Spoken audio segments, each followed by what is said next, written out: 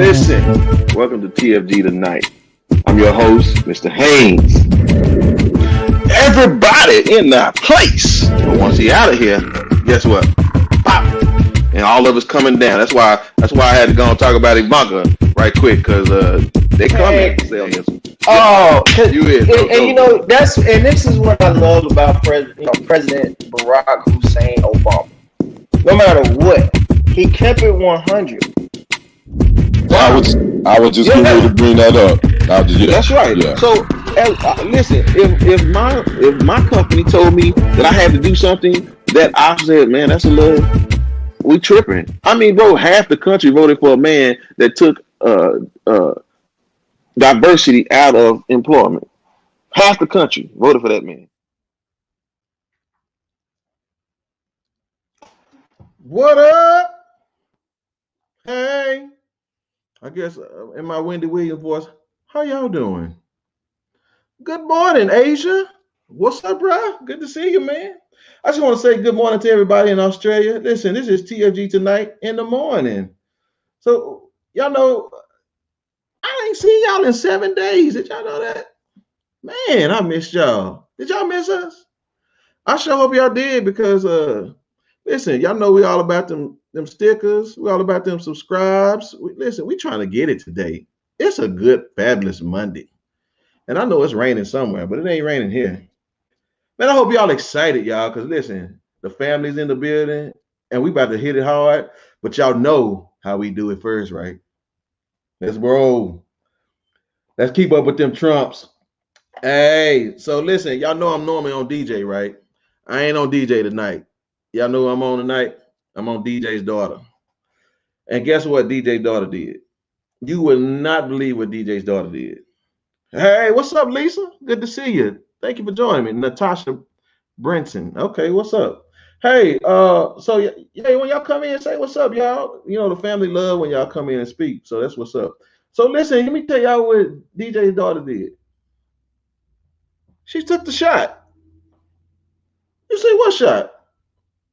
Not the flu shot. She took the coronavirus shot. Now, what kind of sense does that make? That how you gonna disrespect your daddy like that? That man said that thing didn't even exist. How you gonna disrespect your daddy? Y'all, she took the shot. What's going down? And I can't believe that she took the shot and just disrespected her daddy like that. Hey, what's going on, Miss Plant? Good to see you. So I tell y'all what, if she took the shot, I guarantee you the rest of the family done took the shot. What's going on now? Good to see you. So listen, y'all. As far as I'm concerned, they all some hustlers. They all some hypocrites. And while they sitting up letting 500,000 people die from playing like it didn't exist, now they want to go behind the scenes and take the shot. Y'all should have gave them that AstraZeneca shot. How about that? Okay, I ain't tripping. It is what it is. So listen, y'all. I'm just saying these Trumps, we try to keep up with them, but they get caught slipping sometimes. She got caught slipping on that one. Yeah, that was foul. And set these people up. Your daddy trying to convince them to put bleach in them, and then you over there taking the shot. All right, whatever. Hey, y'all, let's bring this fabulous morning team on so we can get this thing popping. Y'all know how it is, right? Listen, we got the rooster.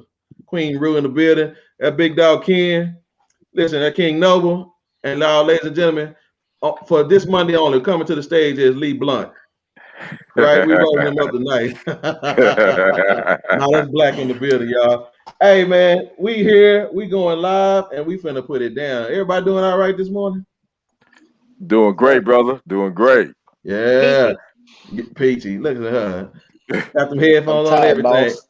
You tired? Yeah, we're gonna boss. hope that this thing don't go off. No, I hope it don't go off. Listen, man, we putting in work, dog. Don't get tired on me. All right, y'all ready? Listen, the people ready. I think the people ready. Let's get into this thing. All right, y'all. Last Monday, we talked about it. Anybody was surprised? I know I went back and checked this out. I know a few of us said he wasn't gonna get convicted. Right? Yeah. I thought he was. Listen, even to the point to where when they got done so quickly, I was like, first of all, there's no way in the world one black person was gonna convince them that he wasn't guilty. I promise you. One was gonna hold out if nothing else, it was gonna be stalemate. So I knew that for sure. So when they came back and said 11 hours later they had a verdict, I said, "Oh, it's a wrap then," because I know one of them wasn't gonna let them have it. I just knew that for sure. So what y'all think? Y'all surprised or good? Whatever. I know we kind of talked about it earlier, but I'm talking to the family. I think it's a wonderful thing. I think it's a step into accountability because you gotta hold people accountable for the things they do. 10 minutes with your knee on the back of someone's neck, and then your defense tries to blame it on he had drugs in the system. Nah, man, shut that up. You murdered that man for 10 minutes. You was committing murder. And then he had a vendetta against him anyway from something prior as all the information starts to come out. So I think it's just the first step in accountability. I wish it would happen to like Philando Castro, Trayvon Martin, all the ones prior to this. And I wish accountability would happen. But hey, small victories win major wars. So it's a small You're victory right. for the This is a people. small It's a victory. small. I agree. Yeah. Very small victory. Go Because ahead with it. ain't no way. I'm going to reserve my comments for how much ever he gets sentenced. Because Okay. I already said last time that it was going to be, if they do convict him, it's for optics. They understand the climate. They got to do something to show, hey, we'll give you that one. We'll give you the one. Yeah, But that Blakely way was still in effect, so we're gonna see what's going down. yeah, I want to see how much they give him. And Mm-hmm. especially with this new stuff coming out, talking about, oh, this is not the first time. Anytime this happens, we know it's not the first time. We know it's not the first time. Don't be Like, spoiling my that's Exactly. nothing segment. new. Like, Don't be spoiling my segment. Hold on, player. Hold I'm on. just saying. Hold on. All right, Ken, Okay. what you think, man? It's a small victory, like King Nova and Ruth said. It's a small victory. My thing is, I'm waiting on the sentencing. Um, and we all know probably it's not gonna be a jury sentencing. It's probably gonna be a judge. So the judge is gonna make his decision based on the Minnesota law of the degree of how much time he can get. Now, here's the thing. He may not get what we want him to get. Well, I ain't gonna even say that. He ain't gonna get what we want him to get.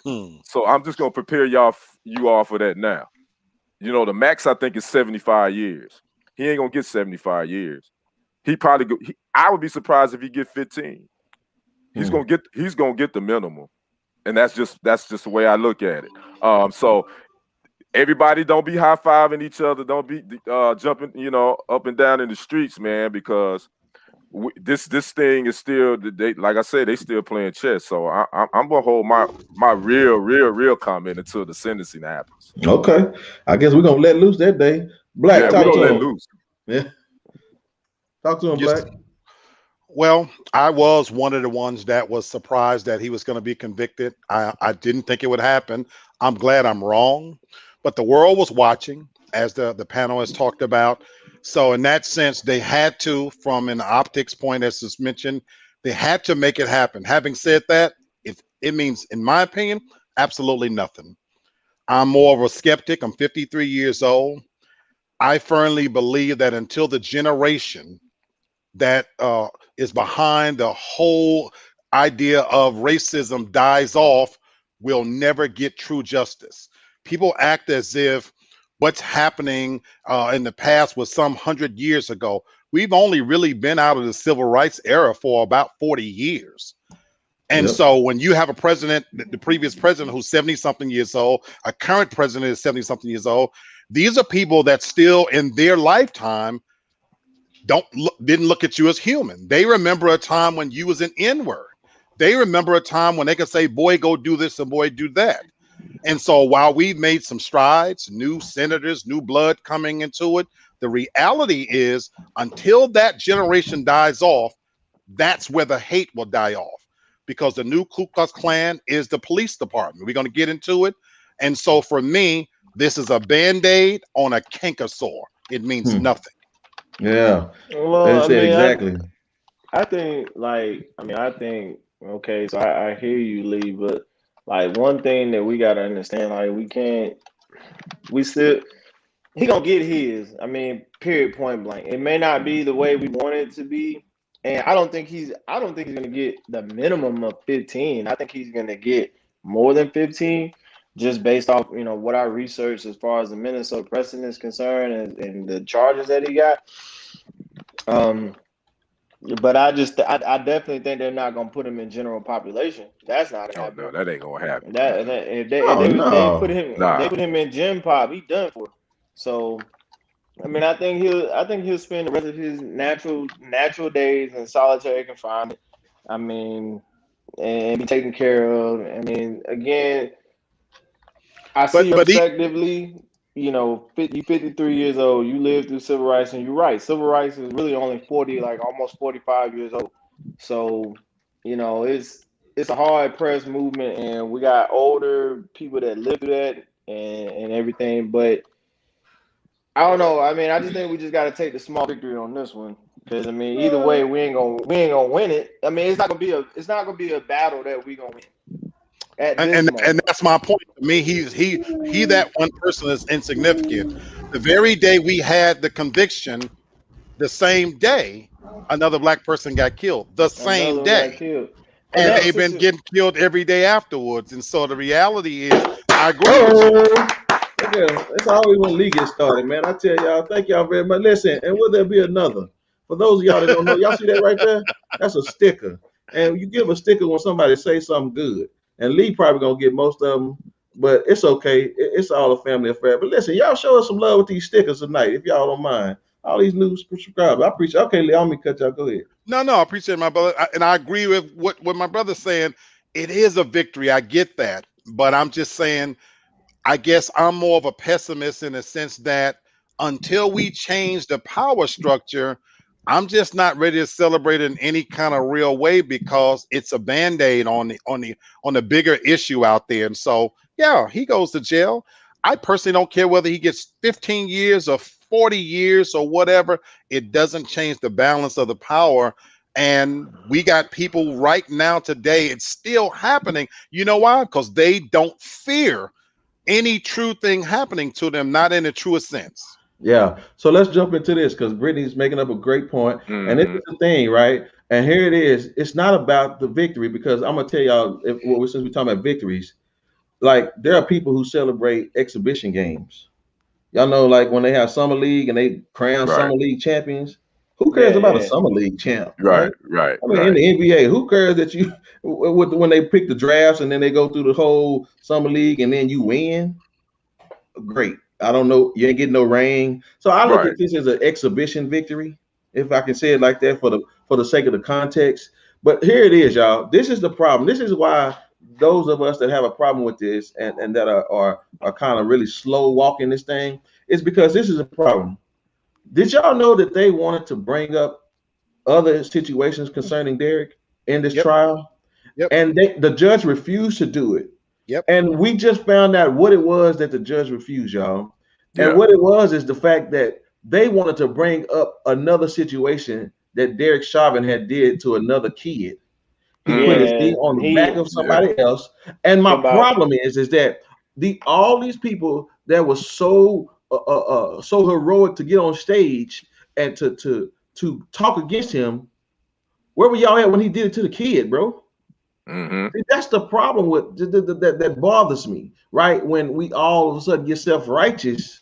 Again, I appreciate y'all doing it, but my problem is, why wouldn't somebody say it when it happened the first time? Listen, what I found out is once you caught stealing, that ain't the first time, right? You've been stealing. You just got caught.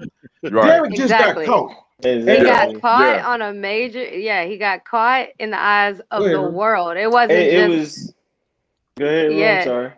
It wasn't the reason why they wanted to come forward now is because now the whole world saw him actually kill this dude. That girl videotaped it. It was videotaped. There was no denying it. It was right there. Now, if George Floyd hadn't died, then it probably nothing would have happened. It would have just been another story, and that's it. Yeah. So to bring up something, and this is how pathetic I think. So let me finish it with you. Let you know. They are going to now file another charge on Derek. That's what they're thinking about doing. So I think that's Johnny come late, but okay. But go ahead, Dwayne. But so I saw something on YouTube the other night. So and it's pathetic because it was a clip of a white man, basically the same situation, but they wanted to say, well, this man, he mentally unstable, but the thing about it is the guy that they were arresting, they put him in they changed his handcuffs, and the guy was like rolling around, kicking on the ground and everything else, and the video was like, well, he was screaming for his life, and there was a point in time where he stopped breathing. But I find it very ironic that they start posting these videos on YouTube after this conviction of Derek Chauvin, and they fervently had like pictures of a black cop like standing there, and black cop didn't do a thing. He was just like, "Hey man, we're trying to help you." This is down in Florida, but I think it's a very sickening thing that we as a culture, we have a little piece of transparency and a little piece of relief on something, but then now you're trying to take it away by justifying, oh well, here's a white man that has mental issues, but this idiot was rolling around on the floor. He was kicking, fighting, and screaming and everything else. George Floyd wasn't doing that. He was basically like, yo, what are you snatching me out in the car for? Yeah, so for everybody that don't know, Dwayne talking about this guy called Tony Timpa. Tony last name is Timpa. So y'all go look that up. Yeah. It's cool. Listen, when we had Black Lives Matter, they said they wanted Blue Lives Matter. So when we had George, they got Tony. Yeah. Okay, and here's the thing about going back to now they want to bring this additional charge, and the judge didn't allow that in this criminal trial. Then that's why I got a problem now with this judge going to be allowed to sentence this dude. That's it, bro. Because now he's I already know he's gonna play the game. I already know he has full authority. Yeah, I'm not understanding whenever play the game. Yeah. Any time that there's somebody trying to get their prosecution is trying to convict someone, they always bring up the past.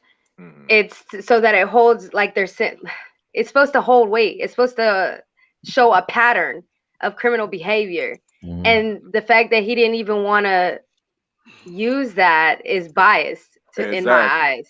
Exactly. It's like if on any other trial, yeah, we would look at past behavior. They would have everything. Yeah. So why was this one different? To your point, Rule, they didn't have a problem bringing up George Floyd's past. Mm-hmm. Oh no, they had no problem bringing that up at all. Right. But we're not going to say anything about this dude. Yeah. And again, we're not a bunch of hens cackling in a chicken coop. We're just trying to make sure that everybody understands. In case y'all be like y'all this willful ignorance, like what's wrong with y'all now?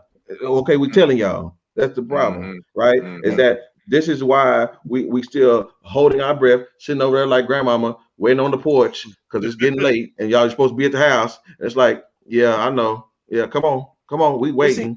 We only gonna be okay once it's over. But the judge has full authority now without any bias. Anybody can come in and overrule it, and he can call it what it is. And guess what? We got to deal with it.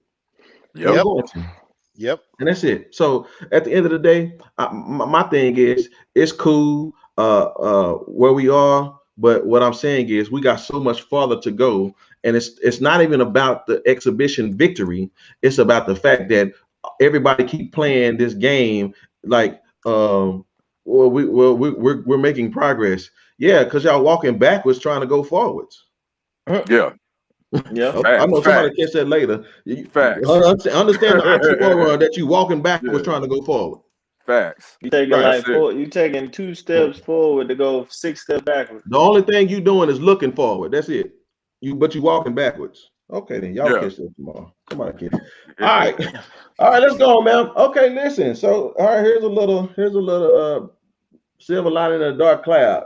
So they finally gave Attorney General Garland his certificate to get into the game. They finally what do they call it? They voted him in. I don't forget what they call it, but whatever it was, he's finally Attorney General, right? And so because of that, now he get to do his job 100 days later, right? But he hitting the ground running, y'all. So this is what the Attorney General decided to do today. he decides to now open up an investigation on the Louisville Police Department. You say, well, what does the Louisville Police Department got to do anything? I'm glad you asked. You know why? Because the Louisville Police Department is the police department that uh, uh, mishandled Breonna Taylor's case. This is the police department in which they did the no-knock warrant on Breonna Taylor.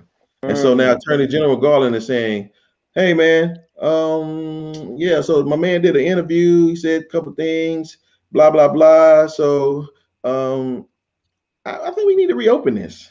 Oh, there it is. That's what I'm talking about. Good to see you, Jennifer. Thank you so much. Thank you kindly. Will there be another? We're just here for all that. Thank you so much, ma'am. And so Attorney General, man, he's putting his money where his mouth is, and he's going to work, right? And so, what y'all think? Y'all think he finna do some damage, or what y'all think? We say New York sticker was for walking back. Oh, thank you so much. I appreciate that. My sticker. I so appreciate that. You got one. So what y'all think? Y'all think he finna be sincere? I mean, I think he's gonna be sincere up to a point. I mean, again, this is like we said earlier, this is for the camera, this is for the Photoshop, this is for the photo shoot, this is for the interview. I mean, yeah, I think police procedures need to be re-looked at and revamped. So this may be a start in that direction. But I mean, hey, when you put some money on the table, hey, I'll do what you want me to do. I'll do right for a second. I mean, I just think everybody that comes into a political office has an agenda. They have things that they want to change, and they're quick. Now, y'all keep in mind, Dwayne. So keep in mind now they snuffed him when Obama appointed him as a Supreme Court judge. Yeah. They snuffed him. Got a little bit better now. I think he's gonna come for he coming for him. I mean, I think he's gonna come for him too. I mean, I have, like you guys before, I have a split decision on this one, because I think he's gonna do what is needed to be done, but then they're gonna try to okay, all right, you got that one. We don't need you exposing no more than what we already got. We give you this one, but we're not gonna give you any more, or they're gonna give him friction. Nah, he going in. Points. He going okay, ma'am. Listen. That's TFG's own finest. Thank you. Hey. I guess that's for Ruth. I know that's for Ruth. I know that's for Ruth. All right, I'm taking it, Ruth. That's yours. I know. He going in. Well, you got a person. He got a personal vendetta. He's going in. He didn't got rubbed the wrong way, and he like, all right, this is what the people want. This is what they're gonna get, and it may not even necessarily be for us. It's just to watch them squirm. That's all that is. He gonna do whatever he needs to do, huh? No, I just said I hate that's the reason why, and you could be right, but I just hate that's his motive. I mean, you're just speculating. Go ahead. Yeah, I mean, I'm saying what it looks like to me. Like if I was in his position, I would do the same exact thing. You're just petty. Because I am. Yes. Petty LaBelle. I'm like, oh, this is what you want. This is what you're going to get. I love the idea of it being petty. We just finished having the most petty president in human history. But the good thing about that is I wish Democrats would take the time to be petty. He has every reason in the world. Like you said, they held his position up. They blocked them at every level. But Democrats, we always keep talking about chess and checkers. Democrats keep wanting to play the game as if it's fair. Meanwhile, the deck has already been stacked against you, and if they're doing it at every level. So I hope he's petty. I hope he's petty enough to use the position to make some effective things happen. Lord knows it would be an improvement over the last attorney general. But I just fear. Ooh, never fails. Look at him. Always putting in work. Come on, Doc. Keep putting in work for us, brother. Thank you, Lee. Keep going, Lee. My fear, though, is that even though he's going after the St. Louis department, how many more departments are out there? I just hope that this doesn't become just the perp walk. You He could know, do Louisiana's. But see, that's what I'm Yeah. saying. I mean, this is an Like- optic thing. Louisiana set the pretense. Whenever all that happened and they filed that blue, like any assault on a police officer is a higher offense. Yeah, he need to go after them too, because that mess was crazy. But You don't do that in retaliation. Yeah, to Lee's point, you got to understand these boys are eating from the same honey pot. So Ooh, at some yeah. point, you know what I'm saying? They check getting signed by the same people. So at some point, y'all got to understand, they ain't thinking about us, right? Because if they shoot their partners, they're getting paid by the same honey pot. Well, they ain't thinking about us, right? Because that means when they get in power, then they're gonna try to shoot them in the. So they're eating from the same honey pot. That is again an oxymoron, right? You can't bite the same hand that's feeding you. Because okay, all right, go on, Ken. What you got, You man? can nibble on it like a gerbil. Yeah. You can blow on it. You know, man, it kind of feels like a dog and pony show. You know what I mean? Yeah. And I don't want it to be like that. So I just think it may be just a ceremonial thing, but I think he has to do that. But you know, my big issue is I want them to go after the Kentucky AG. I thought I want Garland to go after him. Especially in this specific case, because he dropped the ball on this all the way around. Because his boys in Washington, Mitch McConnell, and that guy that used to live at 1600 Pennsylvania Avenue. I don't never call his name, but that clown. So I think that I'm just gonna sit back and see what happens. But obviously, Louisville Police Department say they're going to work hand in hand, they cooperate, and yada, yada, yada. We know that. But there is some issues with the way policing is going on all across this country. And if the AG needs to get involved in doing and checking it out, he need to do it. But I also need to make sure that the AG is being transparent as well. Yes. Yeah. Good. I'm sorry. No, I'm just saying, but real talk, at this point in the game, I'm not gonna take that rabbit hole, Ken. You set me up, man. You already know. I want to deal with that JJ Walker, good times looking Michael. I want to deal with him. Okay, so I ain't gonna deal with little Michael from Good Times, but not Good Time. Yeah. I'm just telling you. At Jive Turkey. So I'm just saying, I hope they do it just like they did Hillary Clinton. I mean, they did everything but pull them down her ankles, right? And I hope they do the same thing to them as they would to her. So that's what I'm getting at. So, all right, man, that's Attorney General. Did you have something else, Dwayne, or we move on? I'm good. Okay, all right, man. Listen, so leading up to this HBCU, y'all know the Historical Black College and University, is that right? Mm-hmm. Yep, I'm a proud double alum, baby. Shoot. Shout out to my HBCUs, Winston State and St. Augustine University. All right. Okay. I had to. I gave you space. All right, here we go. So, they're gonna need you to come to the academy because all of a sudden now, 400 years later, they decided to open up their own police academy. I like this, but I don't like it, and I'm gonna tell you why I don't like it. Because this is a thing. This is gonna be a theme tonight, Ken. You know we like these themes, right? We had hashtag privilege. I'm gonna tell you. Here's a hashtag for us tonight. They're gonna always find something wrong with what we're doing. Every time we want something, black entertainment television, right? Black NAACP. Anytime we start separating ourselves, well, then they're gonna say, well, then y'all just need to go on by yourself and do everything on your own. Nationalists, they do believe that. We did have our own. It's called Black Wall Street. It's called Oklahoma. We had our own. And then what did they do? They came in and they burnt it down. There were several Black Wall Streets, and it wasn't just Oklahoma. But that's a good teaser. They teasing some good stuff. Good teaser. The 100-year anniversary is next month, so y'all know we're gonna be there. So y'all come back and check us out because we talking about that Black Wall Street in May. But okay, so let me bring it up and then I'm gonna give it to the family. So apparently the HBCUs are launching its own police academy aimed at changing police culture within. Thank you, Lev. I appreciate that, man. Yeah. Just got monetized. He got plenty of money going. Yes, sir. Hey, I'm looking for some of y'all newbies now. Y'all going to touch that little thing at the bottom. Yeah, come on with it. Yeah. What's that preacher you always talking about? Ike. Reverend Knight. Yeah, Bro Mike. Well, listen, Bro Mike said he like that money. Let me see that money. Now, y'all come on here. So listen, HBCUs, they want to change the culture within. I don't know if the culture is the problem because it need more black people.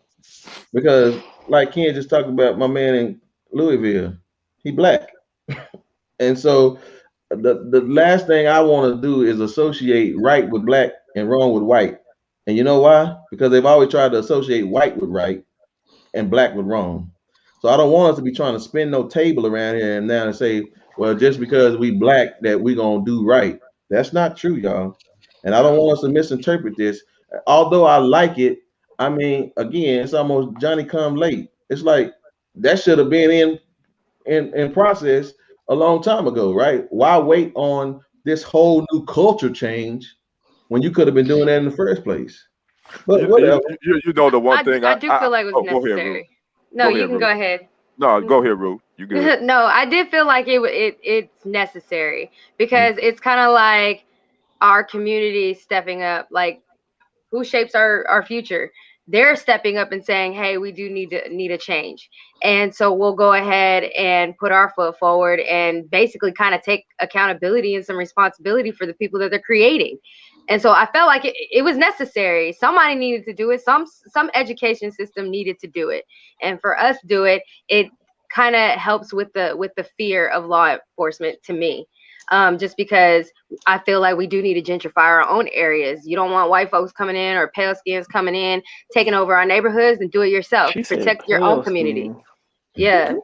So y'all that's what we should be doing, is taking care of our own. And that was, to me, necessary in order to show that we can do it. Yeah. And Rue just stole. I mean, she basically said what I was gonna say. I mean, I like the idea because I think we need more of us that policing our own community and getting correct training. You know, the interesting thing that I did see watching that video is that part of the training is they're gonna use videos of certain situations to train their officers, to train the upcoming officers. And specifically, they mentioned the George Floyd video and other videos about how do you handle these type of situations. And I'm not saying that these other police academies hadn't done that, but obviously it hadn't, because a lot of these police officers are being thrown out on the street with maybe 6 to 8 weeks of training.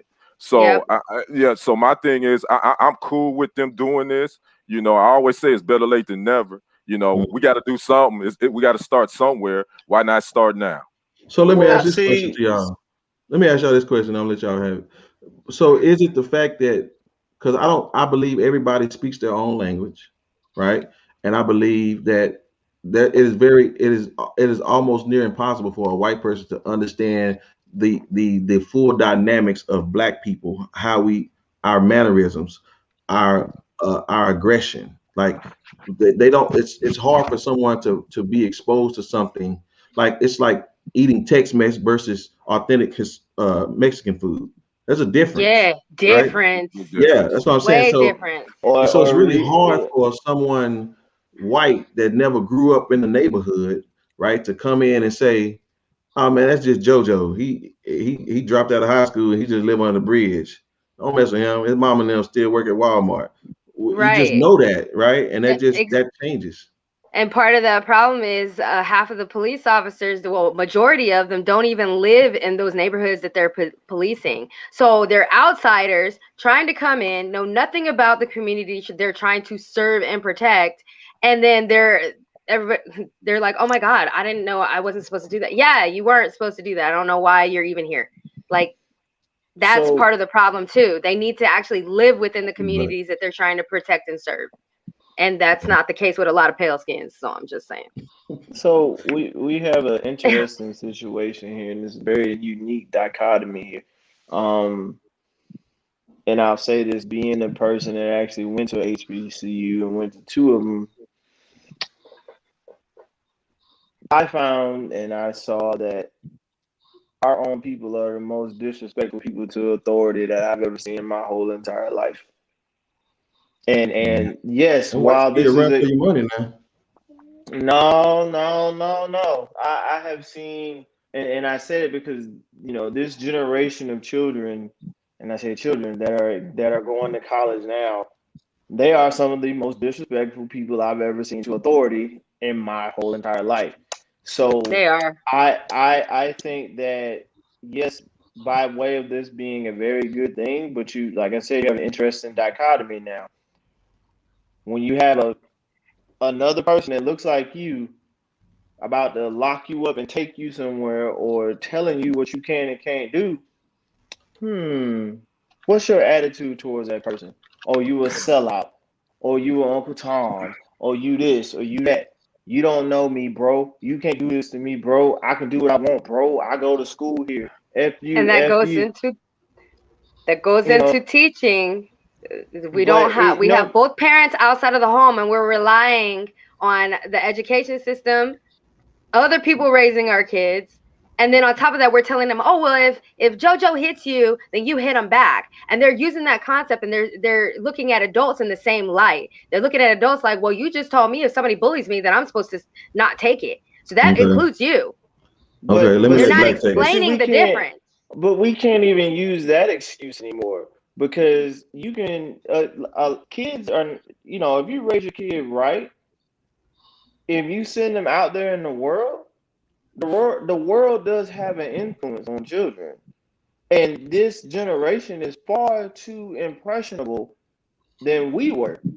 So Absolutely. you take a average 18 to 22-year-old and boop, let me drop you in the middle of Martin Luther King at Morgan State, at Howard, at wherever they're gonna drop you at, and you go to an HBCU. Now you got the hood influence. Now you got peer pressure on a college campus. Now you got all these other factors, drugs, alcohol, all these other things, and then Mm-hmm. you got a melting pot of different attitudes. And when people start Yeah, to link up, I mean, and you it's got to, because the children are raising each other. All right. but Let me let Black it's take it. go Let me ahead, So let sis. Black so take it. so let me jump in here because you guys are touching base on some truly deep issues that affect African American culture. But I'm gonna start out by saying this. I'm the lone dissenter here. I don't think it's a good idea. I think it's modern day segregationism, actually. There's two things that come to mind. They say history is doomed to repeat itself, and they say the definition of insanity is to keep doing the same thing the same way, expecting different results. We Hmm. Exactly. already mentioned the fact about Black Wall Street. Brenton, you mentioned BET Channel, and once something gets built up, what happens? We sell it off to the white man, so to speak, things of that nature. And I'm bringing all that to say this.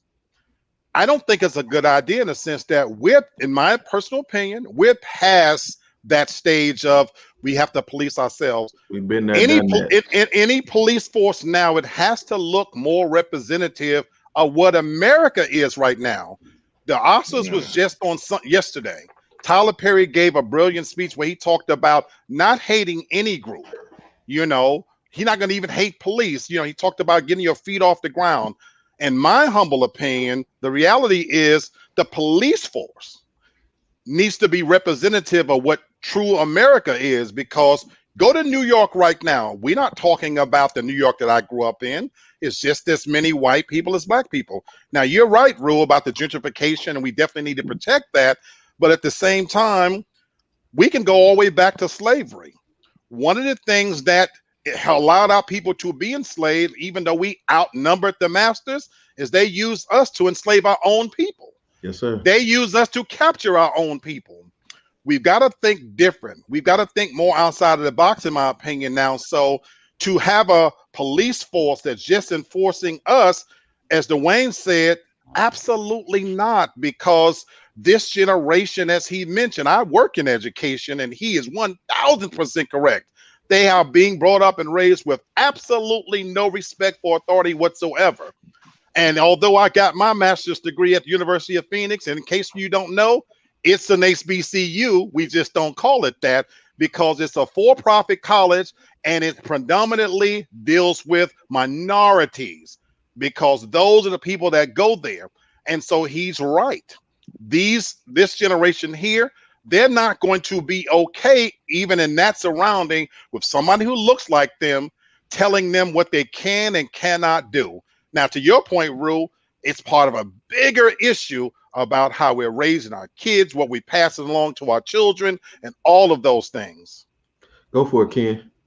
I just think I don't see a problem with this. I just think I know for me, I'm more comfortable dealing with someone, and like you say, I'm talking generations now. I'm a totally different. I'm 52 like you, Black. So yeah, we came up totally different. But I'm saying I think if you see more officers that look like yourself in your community, I think that that's a positive thing because they can speak your language. And I'm not saying they ain't gonna be disrespectful, like King Noble said, of course. They're gonna be disrespectful no matter what color they are. Let's go and just keep it funky. But I'm just saying that I think when you see someone look like you and they can speak what you speak, you may be a little bit more comfortable with respecting their authority.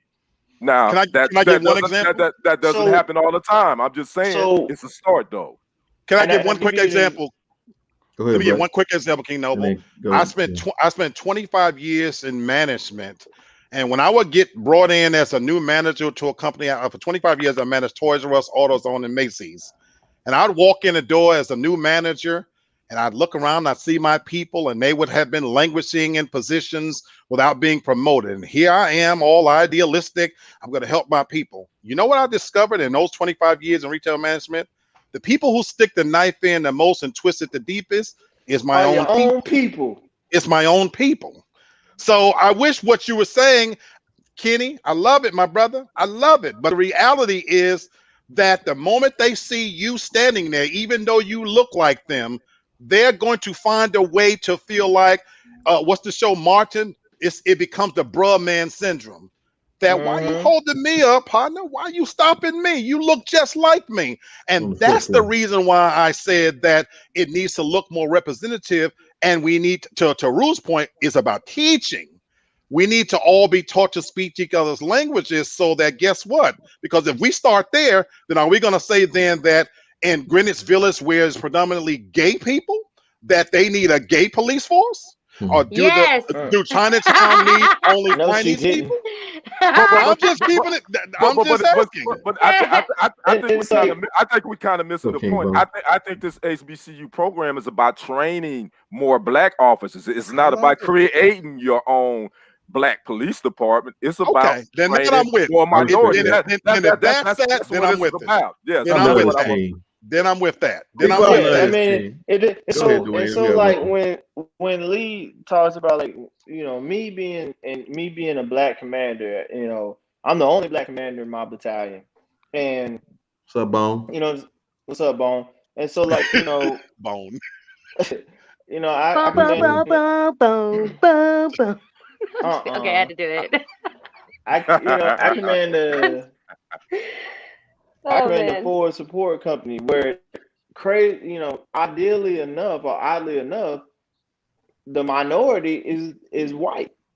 And a lot of the Black and Hispanic soldiers look at me like, oh snap, the commander's Black. But I had to, and when you're in this position, it's like you have to understand and you have to balance both. You have to balance all three spectrums. And I think that with the HBCU police force, there's not going to be, or police academy, there's not going to be a balance, if you understand what I'm saying, because you have a predominantly African American institution, then you have sprinkles. Yeah, and that's cool though. But I mean, it's about the training though. I think that's like I said, it's an academy. But you can train somebody. Look, you can train somebody how to play basketball. That ain't gonna train the person that they are. Yeah, but they're trained. You may get a different type of training at this academy that you may not get at a police academy when it comes to dealing with minorities. That's what I'm saying. I think this is a good thing, me personally. But I see your point too. I say, why not? Why not do it? It ain't nothing else working for us. Why not? I mean, I don't. At this point, it don't matter to me. I think we gave enough positioning for this one, so it's all good. I think to just sum it up in one thing, I think it's cool to have it, but to Ken's point, it needs to be to teach people something that they didn't know, and that there is a difference in culture.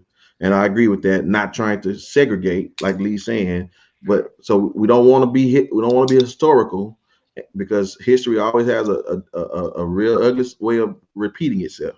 And so what we want to do is we want to innovate and then make something new.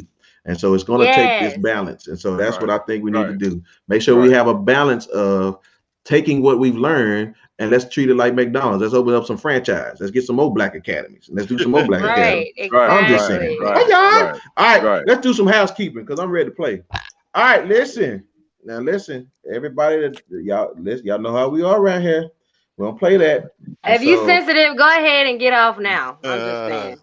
what madam has spoken, so heed the words of the madam. They say y'all do know it's just black people at HBCUs, right? Really? Oh, I it mean, is. we know Yes, that. we know that. Yeah, Okay. no, we know we know that. that. Yeah, Thank you, yeah, sir. we know But that. I mean, most HBCUs are predominantly black. Right. I mean, That's why we can say we can call the other ones Yeah. white BCUs. I mean, no, they're I'm tripping. Okay, I'm oh playing. my god, I'm playing. called playing. PWIs. I ain't in that. Okay, so No. listen, Makhia Bryant. All right, y'all ready for this? I listen. This is going on. We had 2 weeks that we could talk about this, but I didn't want to talk about it yet until we got a lot of information. And so I have enough information now, and I want to talk about it. Everything we're about to say, again, this show is about commentary. These 5 people you see sitting here, we're going to give our commentary about this situation. So nothing we're saying is we're giving you as though we have the law has been done, justice has or has not been served. This is our position. So feel free to accept it, don't accept it, but here we go. This young lady, if y'all didn't know, she got shot by a police officer. I understand because of the heightened sensitivity of this problem. When a white officer shoots a black person, that already is going to send a radar, a bat signal, whatever else you want to happen, a spidey sense for everybody to start clowning. But the problem is that we would not allow the truth to come out, just like we did with those little white kids with that Indian man beating that drum in their face. Everybody jumped to conclusions until they start telling the truth about the situation. So I'm going to tell y'all something that took place, and I'm going to talk about it. In this situation, this young lady, it is reported that this young lady called the police.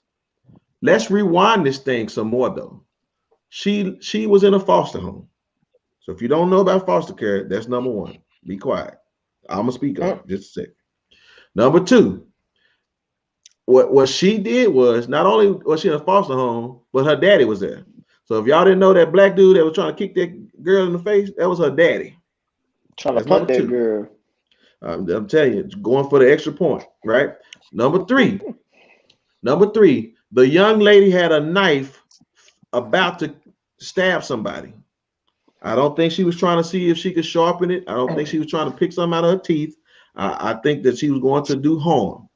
So this is not 9 minutes and 49 seconds sitting on somebody's neck. This is an officer doing a very difficult job, right? That should have been avoided before it happened. What happened is that the foster mom, here's the alleged that the foster mom called over some of her foster daughters to come and deal with this foster child in her home about her not doing her chores. You know what I say to that? That sounds familiar. Take it from somebody who worked 10 years in the foster care and adoption agency community. That sounds familiar. What's the answer to black on black crime? That's the question I need answer to for real. Here it is. Make the right decision. I mean, what's There the was a answer to what's the answer I'm to finna white tell on you. white crime? Well, hold on. I don't want to divert because I want to do it like this. The reality is that even with white, there were so many bad decisions that were made in this situation. This is the reason why that young lady died. Because had the foster mama made a better decision, had the daddy made a better decision, had the young ladies who was told to come over there made a better decision, had the young lady who had the knife in their hand made a better decision, then guess what? All of y'all put the decision on one man's shoulders. And that was the man who saw a big old girl that don't look her age, had a knife in her hand, about to stab somebody. And so everybody relinquish their authority to make a right decision to then give it to that one man that just pulled up and saw somebody with a knife in their hand. Now y'all take that to the bank. Because you know what? If y'all had made a better decision, then y'all wouldn't have had to make it on his shoulders and then start blaming him for something that you could have easily done. Next. So I'm gonna say it like this. Bravo. And I'm with you 120%. You play stupid games, you gonna win stupid prizes. And she was out there doing. Honestly, I didn't see nothing wrong with it. Now, he made a choice. I'm not even gonna lie to you, I probably would have shot her too. I mean, my aim would probably been like at her leg or something. But again, that's the HBCU talk that Ken talking about. You would be you would understand that because you are taught differently because you don't want to kill somebody. But again, they all relinquish their authority. Exactly. But at the same time, he had to do what he felt was necessary. She was trying to take a life. He had to stop her. Correct. And unfortunately, it ended her life. But at the same time, she wanted to play a stupid game and won a stupid prize. And I don't care who don't like what I just said, that's watching over the airwaves. I would tell my daughter the same thing. And Lord forbid it ever happened to a child. But if you play stupid games, you're going to win stupid prizes. Period. Go ahead, Ru. Yep, go ahead, Ru. I already said it yesterday. Okay, you want to say it? I'm so sick of these parents, man.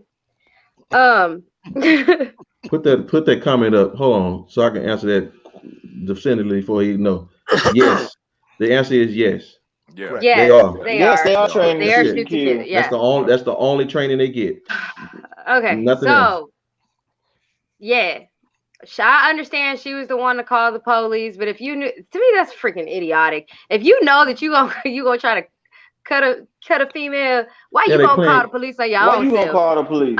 Exactly. I'm like, I don't do stuff like that. Because she thought she was in the right? Because they were ganging up on her, so she trying to play checkers, but she playing chess. Because what you didn't see is that you called the wrong cop over there. Okay. And it wasn't even the wrong cop. It was just you're right. It's just the fact that you're calling the police, period. The climate of the world, everybody understands the climate, and you're gonna sit there and call the police and then run outside with a dang knife. Off the porch. I'm sorry. That doesn't make any sense. And then on top of that, you are a mom, you're a mother, and you're going to call other children to check your child. I don't care if that's a foster kid. It's your child. You gonna call some other child to check another child? Like, what the hell is wrong with you? Yeah. Something's wrong with you. I don't. And is there not no training for foster care? Like, when you're gonna be a foster parent, you are assuming responsibility, accountability for children that aren't yours. So, meaning you should have to go through some kind of training so that you can understand and deal with difficult children. Because my own children can be difficult, but you as a parent, you learn and you try to figure out ways, you adapt, you try to figure out ways to get through to them. If you can't, then they for the streets. But see, I'm her just mama saying, wasn't there, bro. Yeah, her mama wasn't there. It wasn't her mama. That was a foster mama. And that's the problem. You as a foster parent, I'm not the morality. No, we're talking about the comment. But no. But I'm gonna tell you something, and I'm gonna let my brother come in. The thing about this, being in the game, I'm gonna tell you something. I've seen some very difficult people. The problem is, Ru, if foster care was only volunteer basis, there would be more children that are not in foster care than there are in the immigration camp. You will see. Y'all think the people on the border is too many? Let foster care parents do it just voluntarily. Those kids wouldn't be in those homes. Do we have orphanages anymore? Is that like a thing? Not really. Nah, it's just really foster parent system now. Not really orphanages like that. No more. Yeah. I would do an academy. Black, y'all speak on it. Okay. Ken? Man, it's a sad circumstance, brother. It's a sad circumstance. I watched this video, and it's easy to say what that officer should have did, just watching the video over and over and it's slow-mo and all this. I can't really fault the officer in this particular situation. Because the only thing that I would have said maybe he could have done differently is when he pulled up to try to de-escalate the situation. That's the only thing that I say maybe he could have done. But the girl was swinging though. But the girl was swinging. She was already swinging. She was already out there. So at that point, he had to think about saving another life, and he probably saved another life. So I it's just a tough deal. You know, my thing is this 16-year-old young lady, she lost her life because of some foolishness. Yep. Choices. And I agree with Ruth. Stupid games get you stupid prizes. Why is the foster parent calling other kids to come over here to instigate stuff? Because she can't do it herself. And let's speak on it, because I want to walk with y'all. This is the problem. Because their hands are tied. You can't put your hands on a foster child. You cannot reprimand a foster child. So when a child understands, wait a minute, hold up, back up. Wait a minute. You say you can't reprimand a foster child? That's your child.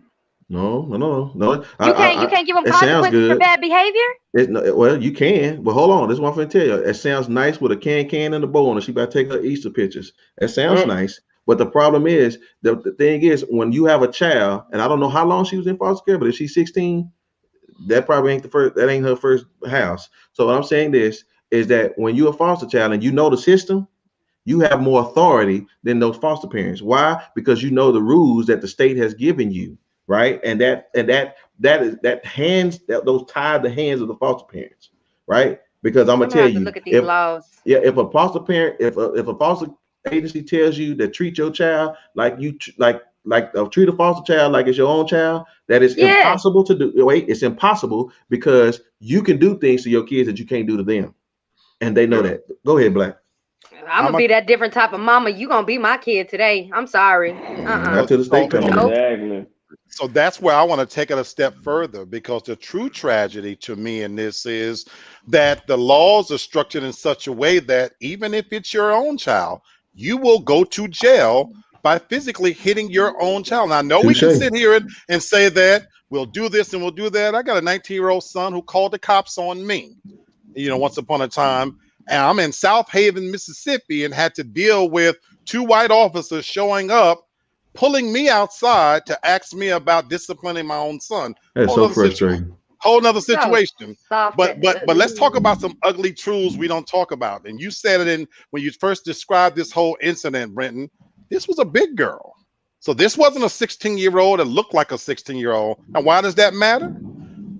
When doing my undergrad, there you go. Doing my undergrad, I was a part-time teacher. Thank you, Brian.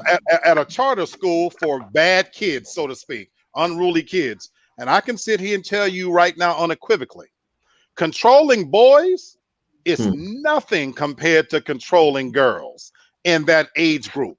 Even when I moved here to Atlanta, before I had the current job I had, I told y'all on one of the other shows, under the Obama administration, I lost my job. I got my job back under Mr. Trump, believe it or not. But while I was teaching at a charter school here in Atlanta, I was teaching in that age group. That age group right there, girls are damn near impossible to control, because there used to be a time when there was a thing called etiquette and being ladylike and things of that nature. That doesn't exist anymore. And the greatest tragedy is that to this whole thing is that none of these things are being taught in a home anymore. So to answer somebody's question earlier about the black and black crime, and I love your point, Dwayne, where you said white on white crime, we've lost the ability to start from infancy to put those types of things inculcate them to our kids, because now when they walk out and the world gets them, they're being bombarded with things that you as a parent, we only get our kids for a few hours every day if you're a working parent. The world gets them it's 24 hours in a day. If you're a working parent, you know what? You got to get up and go to work every day, deal with your wife, your this and that. When you come home, you have a precious few hours to try to inculcate and instill in that child whatever your principles are. And they're walking around here with computers in their hands that's telling them that it's okay for them to do whatever the hell they want to. They're being told no, you know, that nothing is off limits to them. And so now the idea that a foster parent or a police officer will tell me to stop, and you got this big gangly looking girl swinging a knife, he did what he had to do. And then the tragedy is we see it on the news every day. The moment they get killed or something, oh, she was going to be something. Oh, he was going to be something. The great tragedy is when, look, I'm going to say something really ugly here right now. Some of these kids that get killed, you know, why is it after they get killed, he was really going to go to college and go to school? No, he wasn't. He was out doing what he was going to do. No, she wasn't. Let's tell, in this case, let's tell some ugly truths and strip the curtain back, you know, that there was a reason why she was in some of these situations. And I'm not blaming her. She's a kid. But I'm saying there is a level of accountability there too. And you're so right, Brenton. Now you put the onus on this cop who's showing up on the scene, and he's got split seconds to react. That's right. Well, they had minutes. And his training tells him if he pulled that gun, he got to use it. That's right. Exactly. What's the difference between the attitude of the police officer versus the attitude of the foster parent? Nothing. Right? Nothing, right? They both were making decisions. One only had 3 seconds when the other one had however long they were there, right? And I'm telling you this as God is my witness, and I mean this with all sincerity. I mean no harm to that young lady. I pray. Thank you, sir. Appreciate that, brother. Thank you. So this is what I'm saying to us today about this situation, and we'll keep going. For me, we cannot continue to turn into exactly what we're saying we don't wish that our Caucasian brothers and sisters are doing, which is being willfully ignorant. You are being willfully ignorant if you're going to act like there is not some underlying issues going on, but all of a sudden we want to throw Black Lives Matter on it or get him next, right? And we're going to talk about that just in just a second. So let's segue into that. Ken, hit us with it, because here's the prime example of this moment. Yeah, and everybody knows LeBron James is big on speaking out on social issues when it comes to our communities. You know, after this young lady was shot, he posted a tweet with the officer's picture, and he said, "You're next." Hashtag accountability. Now, this was the day of the shooting. And listen, I'm definitely a LeBron fan when it comes to his social activism and all that. But I think this particular time, I think he jumped the gun. I think he tweeted this out and did not have all the facts, and it put him. And it was like, oops.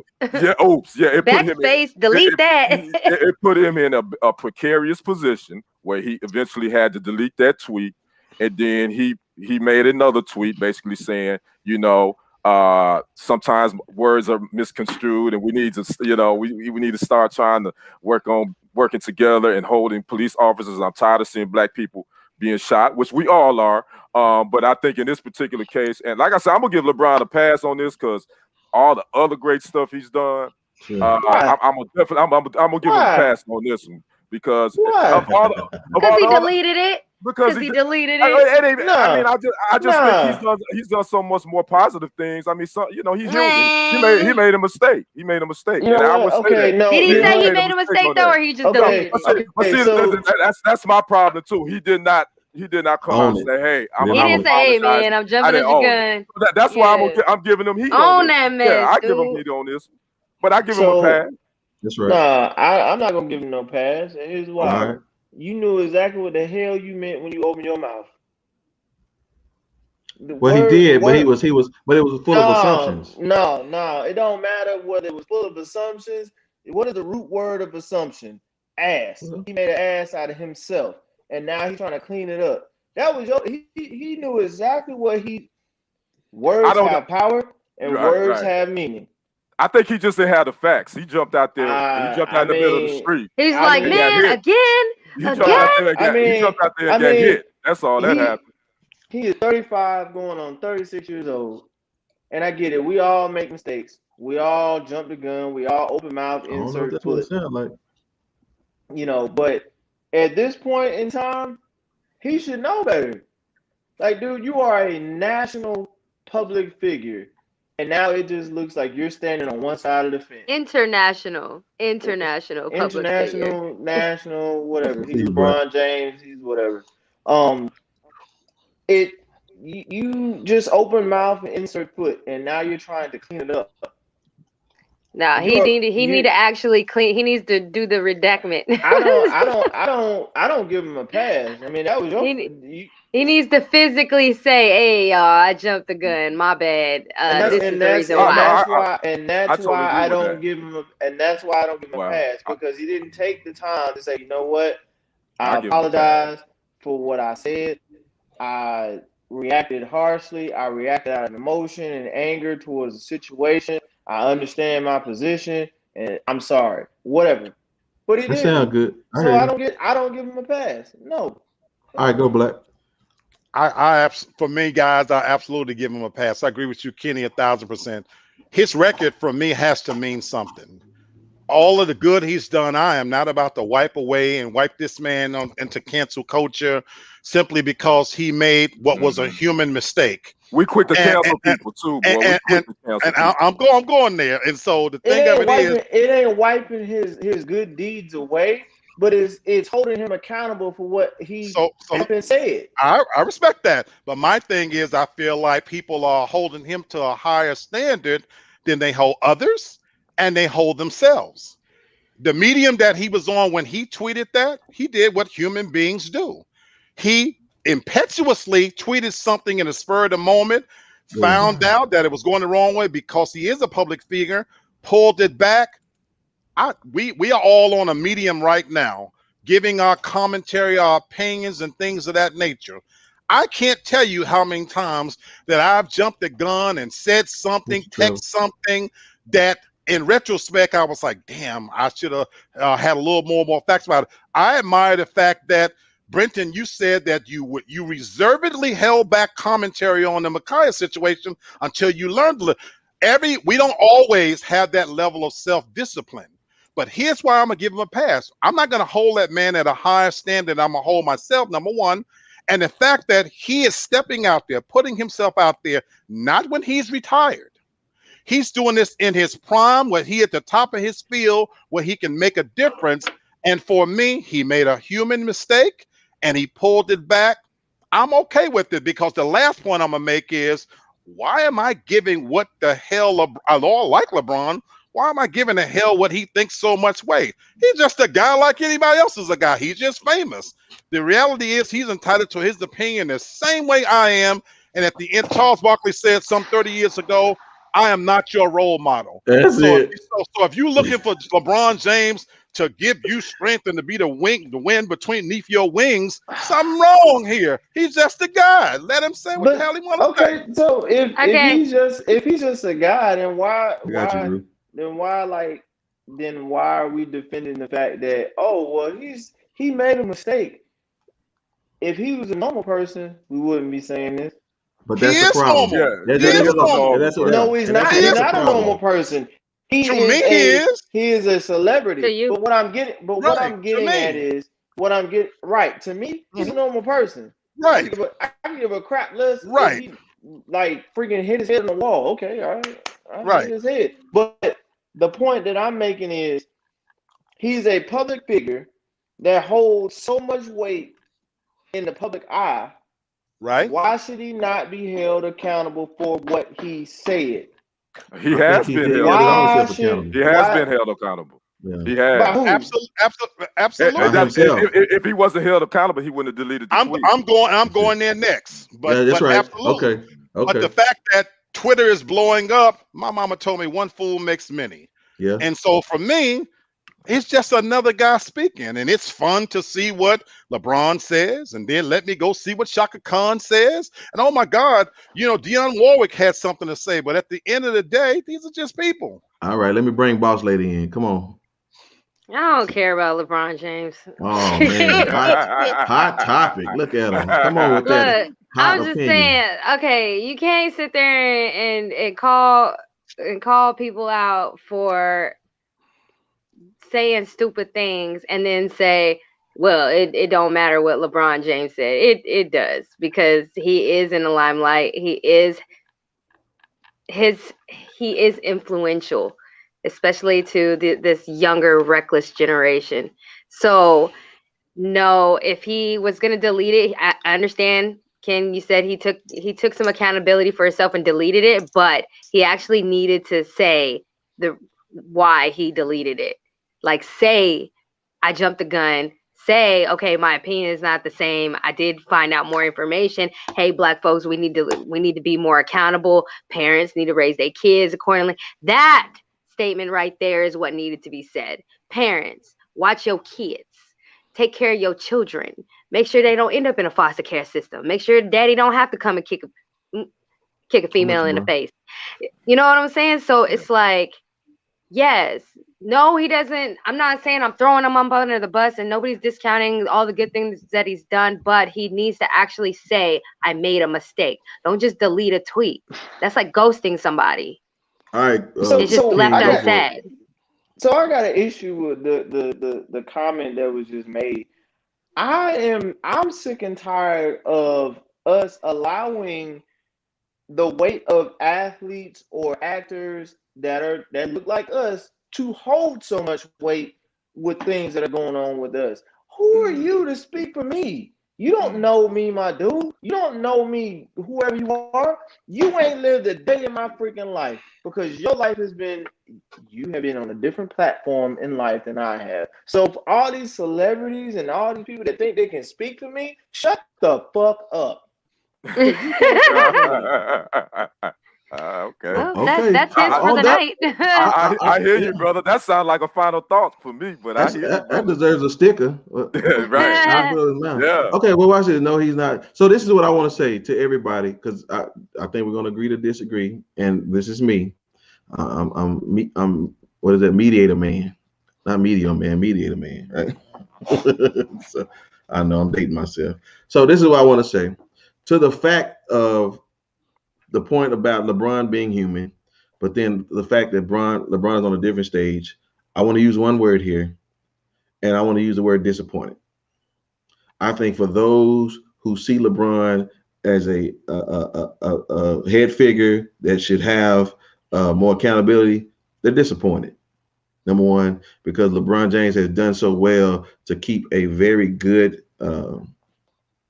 ambiance, or keep his brand, his name untarnished. I believe he let them down. Yeah. Right. And you also gave that other side with that willful ignorance. Yep. They don't look at nothing else. They just gonna hone in on what you said. I don't care if you kept it up there for 2 seconds. You should have took the advice of Herman Moore. Herman, what's the coach's name from the Jets? What's his name? He told him, listen, delete the tweet. Herm Edwards. Herm Edwards, thank you. Herman Edwards. Yeah. Y'all should have listened to Herm. Don't hit sin. That's it. Yeah. You just shouldn't hit don't sin, hit sin. Yeah, and that's just real. So I think for the truth is, for those that are not offended by him, we're not disappointed. But for those that are, you're just disappointed. That's what it boils down to. And unfortunately, just because they are where you want to be, that don't mean that they better at it, right? Because it is what it is. All right, which say Brittany, celebrities have huge influence. That's why people listen to them, which is also why they should be held accountable for their words and actions. Yep, I hear you. It's because you're looking at, and that's what people relate to. People are gonna flock to what influences them. No, people are gonna flock to what influences them the most. Like, I'm pretty eclectic, but I like certain type of music. So whenever I'm automatically gonna listen to that music like all the time. Just like you would bump a certain type of music. That's what drives you. Kind of, it sticks to your soul a little bit. So it's the same with people. You're gonna gravitate towards people that have a like mind. And it's the same thing with movies, media, whatever's put on the screen in front of you, you're going to be attracted to something. So to sit there and say, oh, well, I can't stand, celebrities having that much weight. They're in front of you. That's the likeness that you're gravitating towards, because you see something in them that you see in yourself. So it's going to be automatic. It's No, not I don't. that people are sheep necessarily. It's more because you're going to be attracted to your own likeness. So Right on. it's and the people that are in that position, they need to understand that and acknowledge that, because they are accountable for whatever they influence in other people's minds. So yeah, he needs to I'm say with you. that. He needs to say, I made a mistake. I'm with you. And I and don't. again, I think we all I'm with raised. that. I don't I'm with agree with that. that statement of you gravitate to what you see in your face. Like, I don't, because if that was the case, then I'd have probably. I mean, I'd have been Yeah. probably in the some NBA people, myself. But yeah. I don't. Some people make I don't it, agree with but that. spending other people's money. Somebody make it because they started from the bottom and at the top. All right, man. Listen, we could talk all day about this one. Hey, but y'all know what time it is. It's not the black man, it's the blunt man. Lee, holler better for a second. Oh man, we doing that So, again? No, I'm just teasing. Come on. ironically, this was what caught my attention that got my rant this week. So let me holler at you guys about this LeBron James tweet. I appreciate everybody's point of view and some really, really good points, but I'm a fundamentalist, and maybe my age is going to show here, but my mama said, if your friend jump off a bridge, would you do so too? So I've been raised my whole life under the concept that I'm my own individual. And I do think that there is a sheep mentality out there and groupthink where we idolize and posterize and idealize so-called famous people when they're just like people like everybody else. So this man, whatever stock you want to put in him, however many followers he got, and he pulled it down. And now they're talking about boycotting his movie, Space Jam. Restaurants in Ohio is talking about not playing NBA games, showing any more NBA games until he's expelled. So Yeah. damn the Yeah, fact right. that Yeah, damn, right. so damn the fact that if you're a patron and you want to come in and watch an NBA game, you're affording so much weight to this one person that no NBA games are going to be played until he's expelled. That's kind of like punishing the entire Cosby cast because Bill Cosby got locked up. It's pure foolishness. And Hey, we give way too much weight to what a celebrity says. And so for me, my thing is that the man made a mistake. He doesn't owe you a damn thing, not even an explanation if he don't want to give one, in my opinion, because to me, his Twitter account is his Twitter account. So when he posts something, if he decides not to say another word and don't go another further, as they say, that's his prerogative.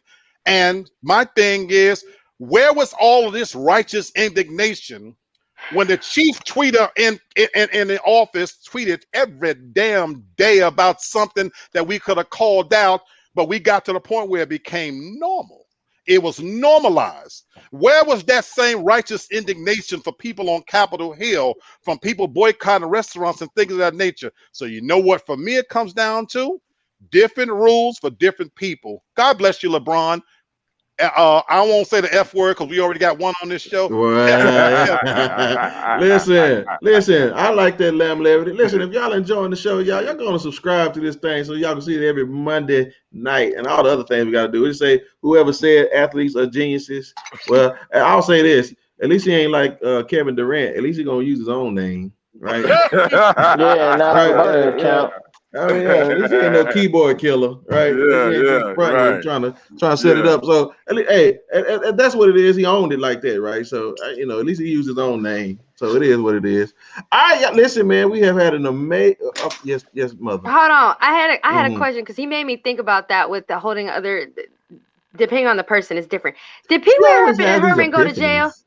Yeah, because I'm asking. Hold on, wait. Yeah, Did Pee Wee Herman go to jail? Did Pee Wee Herman go to jail? Did he go to jail? He did. He do a show? Yeah, he went. Yeah, he had a beard. Okay, why is he on Netflix and Amazon and Because he out. Oh, It wasn't he a pedophile though?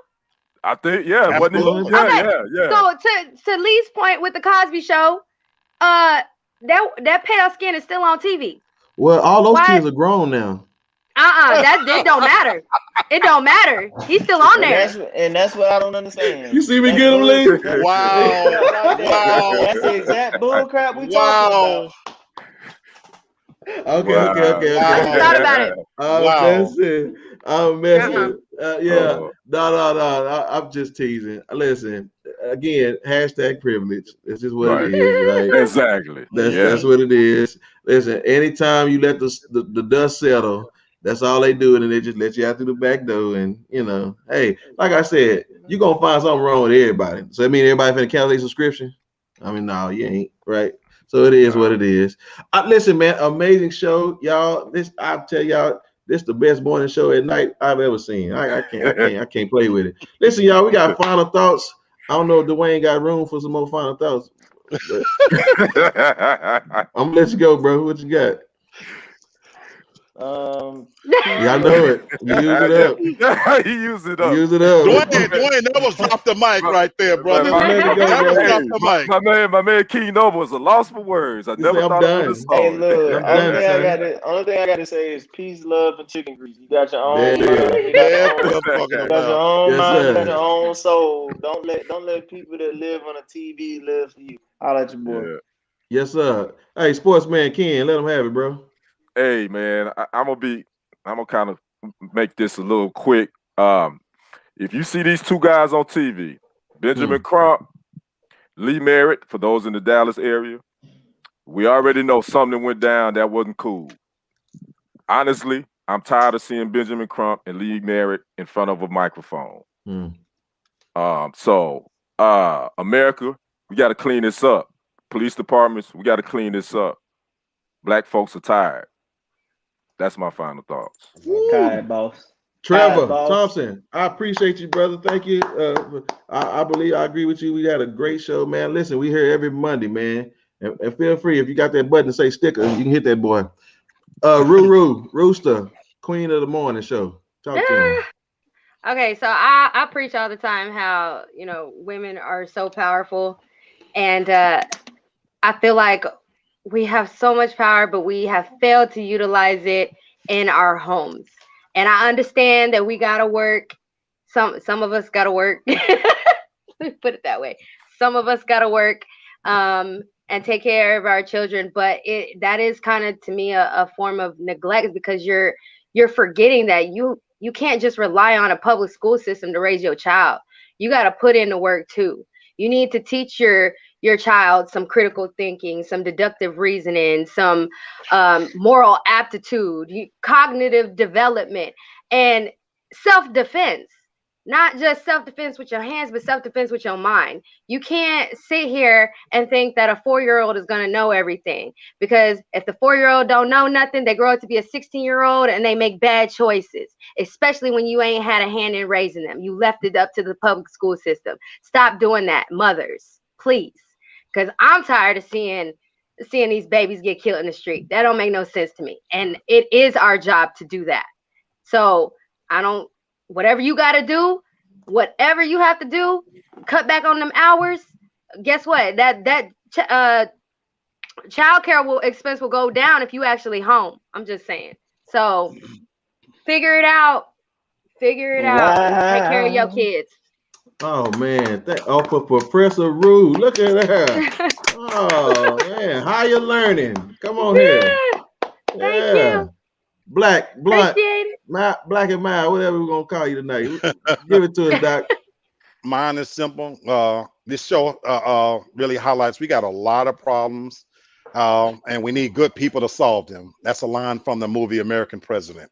So, but we really do, and it's conversations like this that make a difference. Everything that's new ain't good, and everything old don't mean it's outdated. So we've tried it these new ways sometimes. Let's go back to some of the basics. A lot of these issues, in my opinion, it starts at home. We've got to make the conscious decision to how we send our kids out, how we send our young people out into the world. So I want to get back to some of the traditional values. We ain't got to do everything, but don't throw the baby out with the bathwater. There's still some good things you can learn from older folks. God bless you. Listen, y'all, I want to shout out to Miss Jennifer, Miss Devin Divine Lamb Levity. I want to say Miss Brittany Adams. I appreciate you all for taking the time out to tip the family. Right? It's early, and we're trying to go get some breakfast. after we get out of here. And so, Yeah, I got my burger sitting right here. I'm trying to eat it. Okay, well I'll eat for King. Look, I was already eating my neck bones. I know y'all. Listen, we cabbage. gotta eat. We gotta eat and talk at the same time. So we appreciate it. So listen, my final thought today, y'all, is I want y'all to know we work really hard pulling y'all brains out of those weeds. Hopefully, got y'all thoughts moving. Man, that's what we try to do every Monday. And so to show my appreciation, I had somebody put a film together to show you guys how much we appreciate pulling y'all minds and y'all thoughts out of the gutter. And hopefully y'all can do better moving forward. So roll that video for me so I can show y'all how much we appreciate.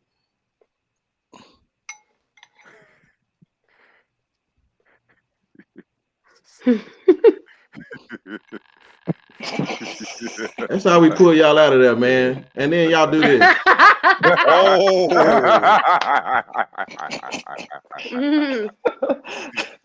I need your help anyway. So in the words of my brother, I guess we're gonna see y'all next Monday so we can pull y'all out again. Yeah, Bruce, there you go. that's Ken. That's Dwayne. We out of here. We see y'all Monday. I love it. I love it.